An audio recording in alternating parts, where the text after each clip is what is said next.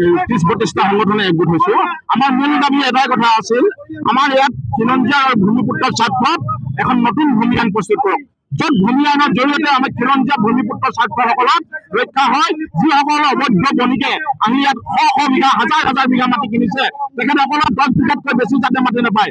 অসমত আপোনালোকে জানে যে অসমত 28% লোক এতিয়া ভূমিহীন, 32% লোকে এতিয়াও তেখেতসকলৰ এবিঘাতকৈ কম মাটি আছে। সেইসকলৰ মানুহৰ মাটি নাই, গতিকে সেইসকলৰ ভূমিহীন লোকসকলক 32% যিসকল উপান্ত খেতিয়ক আছে তেখেতসকলৰ মাটি নাই, গতিকে সেই মাটিসমূহ তেখেতসকলক দিব, য'ত হাজাৰ শ বিঘা মাটি লৈ আছে। আমাৰ মূল দাবী এইকেইটা। আৰু আমাৰ এটা মূল দাবী আছে, যিটো NH-52 নেশ্যনেল হাইৱে B হাইৱেত হাজাৰ বিঘা যে অবৈধ বণিকসকলে লৈ আছে, সেই মাটিসমূহ তেখেতসকলে বটাই দিয়ক, চৰকাৰে লওক। খিলঞ্জীয়া ভূমিপুত্ৰৰ স্বাৰ্থসকলক এখন নতুন ভূমি আইন প্ৰস্তুত কৰক, স্মাৰ্ট মিটাৰ বন্ধ কৰক। এই দাবী লৈ আমি খিলঞ্জীয়া ভূমিপুত্ৰসকলে আৰু কোনোধৰণে বলবম তাজিয়াৰ দৰে নৃত্য, অসভ্যালী নৃত্য আমি ৰাজপথত দেখা নাপাওঁ। এই সমাবেত হৈছো। গতিকে আমাৰ মূল দাবী অসমত খিলঞ্জীয়া ভূমিপুত্ৰৰ স্বাৰ্থত, অসমীয়া মানুহৰ ৰক্ষাৰ স্বাৰ্থত, অসমীয়া মানুহৰ মাটিৰ স্বাৰ্থত আৰু এখন নতুন ভূমি আইন প্ৰস্তুত কৰি খিলঞ্জীয়া ৰক্ষাৰ স্বাৰ্থত এখন ভূমি আইন প্ৰস্তুত কৰক। আজি আমি জাতি জনগোষ্ঠীয় সংগঠনে ডিব্ৰুগড় জিলাৰ ৰাইজৰ সহযোগত অসমীয়া জাতিৰ অস্তিত্বৰ সংকটৰ সময় আহি পৰিছে। এই সংকটৰ পৰা যদি অসমীয়া জাতিয়ে মুক্ত হ'ব লাগে, অসমীয়া জাতিয়ে ঐক্যবদ্ধ হ'ব লাগিব। আজি অসমীয়া জাতি আজি জুই আজি উকুব লাগি অসমীয়া জাতিয়ে কিন্তু আজি হাত সামৰি বহি থাকিবলৈ নহ'ব। অসমীয়া জাতিয়ে আজি পথাৰ দখল কৰিব লাগিব, আজি আমাৰ বজাৰ দখল কৰিব লাগিব, আজি আমি বেপাৰ বাণিজ্যৰ ক্ষেত্ৰত আমাৰ মানুহ আগ্ৰহী হ'ব লাগিব।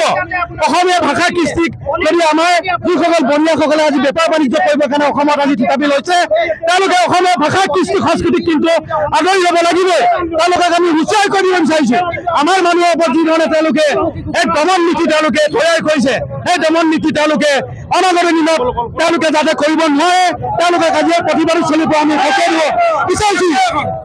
অসমীয়া জাতি জাগিছে। আজি ডিব্ৰুগড়ত সমগ্ৰ জাতি জনগোষ্ঠীৰ সংগঠনে আমি ঐক্যমঞ্চ হৈ আমাৰ অসমীয়া খিলঞ্জীয়াৰ ওপৰত যে তেওঁলোকে অত্যাচাৰ, আজি বহিৰাগতই হওক বা অবৈধ বিদেশীয়ে আজি জনগোষ্ঠীসমূহক, থলুৱা জনজাতি জনগোষ্ঠীসমূহক প্ৰতিটো মুহূৰ্ততে তেওঁলোকে আমাক প্ৰতাৰণা কৰি আহিছে। বিভিন্ন সময়ত আজি আমাৰ জীয়ৰী বোৱাৰী সতীৰ্থ হৰণ কৰিছে। তাৰ কাৰণে আজি অসমীয়া ৰাইজ জাগিছে। আৰু অসমীয়া ৰাইজে জানে যে তেওঁলোকৰ সুৰক্ষাৰ ক্ষেত্ৰত আজি অসমীয়া জাতিয়ে ঐক্যবদ্ধভাৱে সংগ্ৰাম কৰিব। ৰাইজৰ হাতত এই মাটি থাকিব লাগিব। আৰু লগতে আমাৰ থলুৱা বজাৰ যি কথা আমি উল্লেখ কৰিছো, এই থলুৱা বজাৰো যে আমাৰ খিলঞ্জীয়া ৰাইজৰ হাতত থাকিব লাগিব।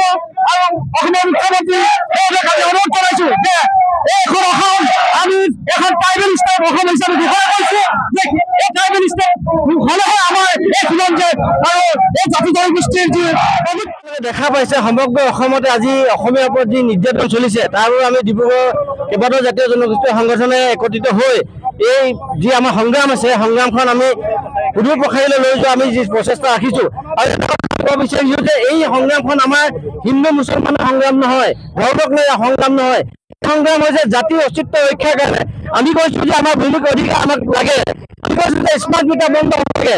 আমি কৈছোঁ যে ইয়াত যি বহিৰাগত যি আজি ইয়াত আজি সাংস্কৃতিকভাৱে বহিৰাগতে যি আমাক থলুৱা জাতি জনগোষ্ঠীক দমন কৰিছে, এইবিলাক শোষণ নীতিবিলাক বন্ধ হ'ব লাগে। তাৰ কাৰণে আজি প্ৰতিবাদ।